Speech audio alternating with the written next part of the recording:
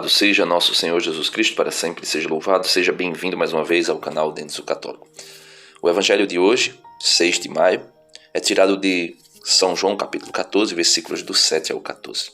Meus amados irmãos, o evangelho de hoje é profundo e cheio de detalhes.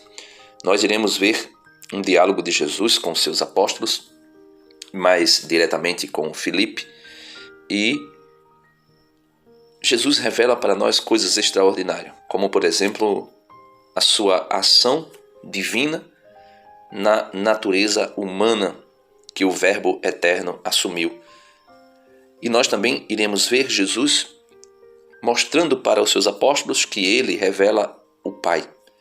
São João, no capítulo 1 do seu evangelho, versículo 18, vai dizer que o Filho unigênito revela o Pai.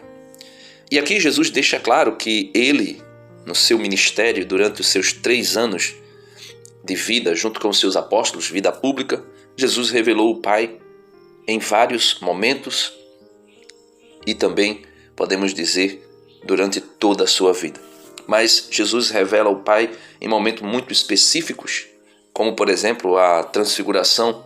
Ele revela a glória que ele tinha junto do Pai, como é dito no Evangelho de São João, no capítulo 1, quando São João vai revelar que o Verbo eterno de Deus se fez carne e habitou entre nós, versículo 14 do capítulo 1, e diz que ele revelou a glória que tinha junto do Pai. Então veja o que o Evangelho de hoje vai narrar para nós. Se vós me conhecesses, conhecerias também o meu Pai. E desde agora o conheceis e o vistes. Veja, Jesus está dizendo, se vocês me conhecessem, vocês conheceriam também o Pai. Por quê? Porque desde agora vocês o viram, vocês estão vendo o Pai. Ou seja, o Pai foi revelado para vocês. E por que os apóstolos ouvem de Jesus essa afirmação de que o Pai já havia sido revelado? Porque há um desejo no coração do homem. O Catecismo da Igreja Católica, no parágrafo 27, vai dizer que existe um desejo no coração do homem de querer conhecer Deus, de ver Deus, de estar com Deus.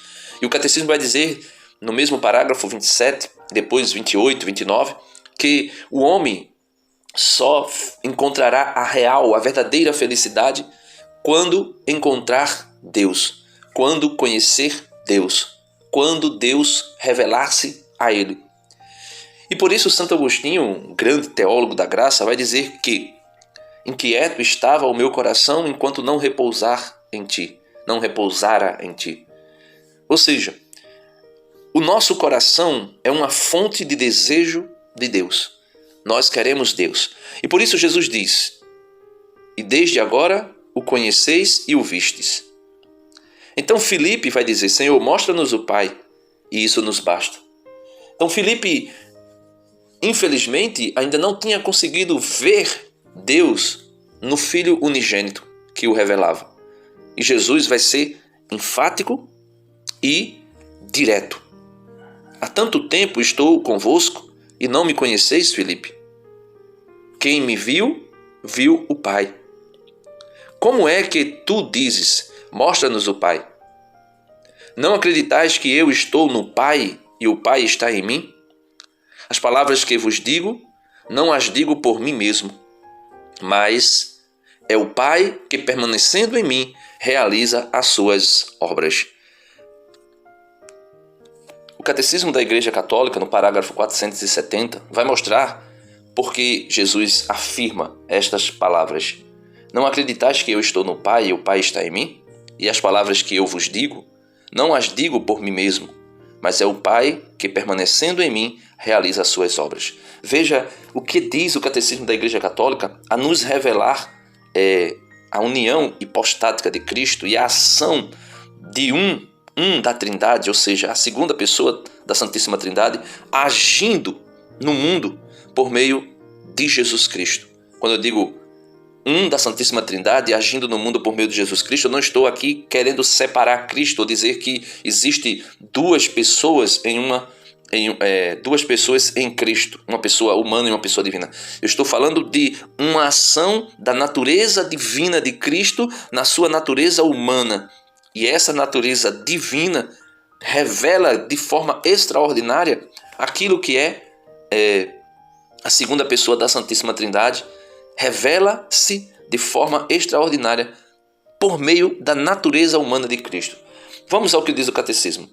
Uma vez que a união misteriosa da encarnação, a natureza humana, uma vez que na união misteriosa da encarnação, a natureza humana foi assumida, não aniquilada. Então veja, a natureza humana foi assumida pela natureza divina e não aniquilada.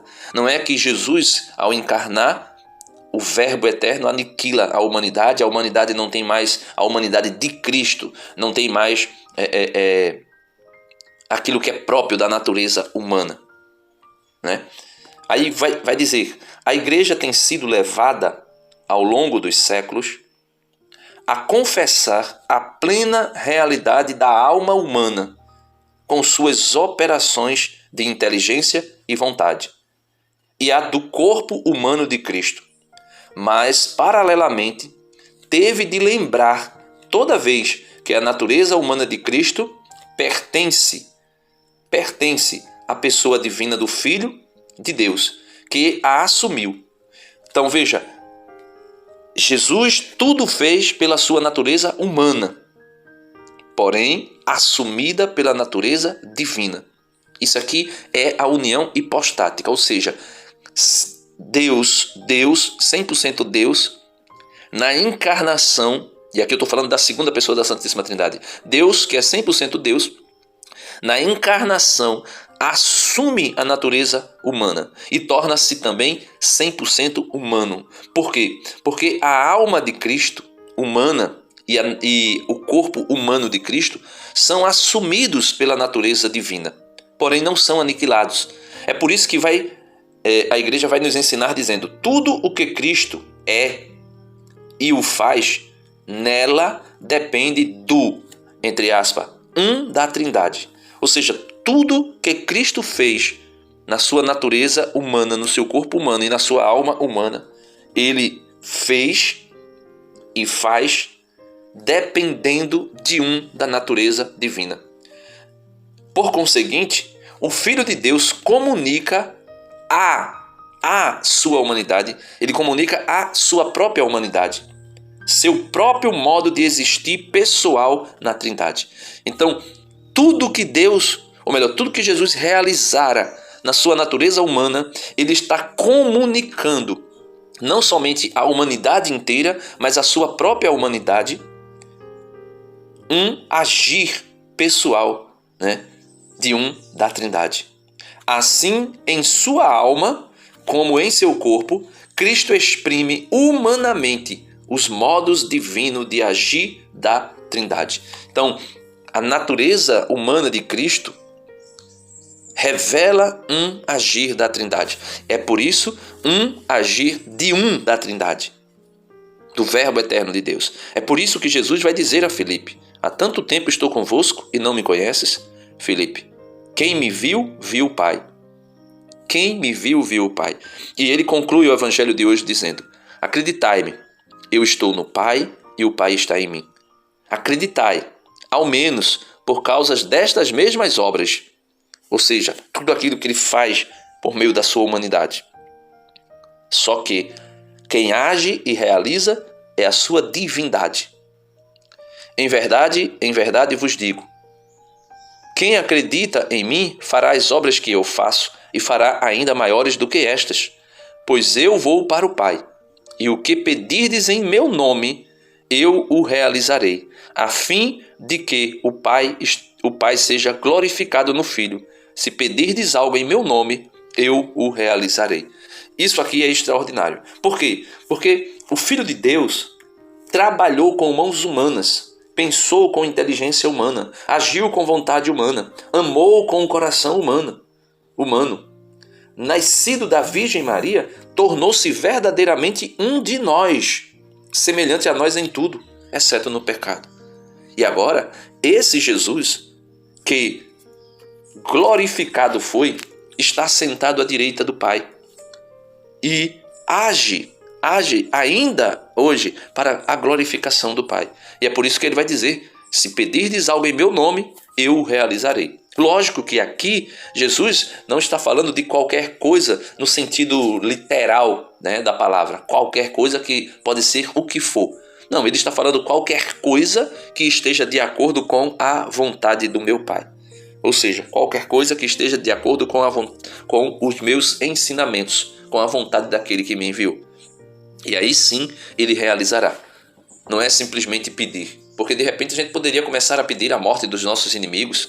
A gente poderia pensar em, sei lá, qualquer coisa idiota aí que a gente achasse que iria fazer a nossa vida mais feliz, mas que na verdade tornaria a nossa vida um grande inferno, porque provavelmente ao morrermos iríamos desfrutar do inferno por ter pedido algo tão desgraçado a Jesus, mesmo sabendo que ele não iria realizar.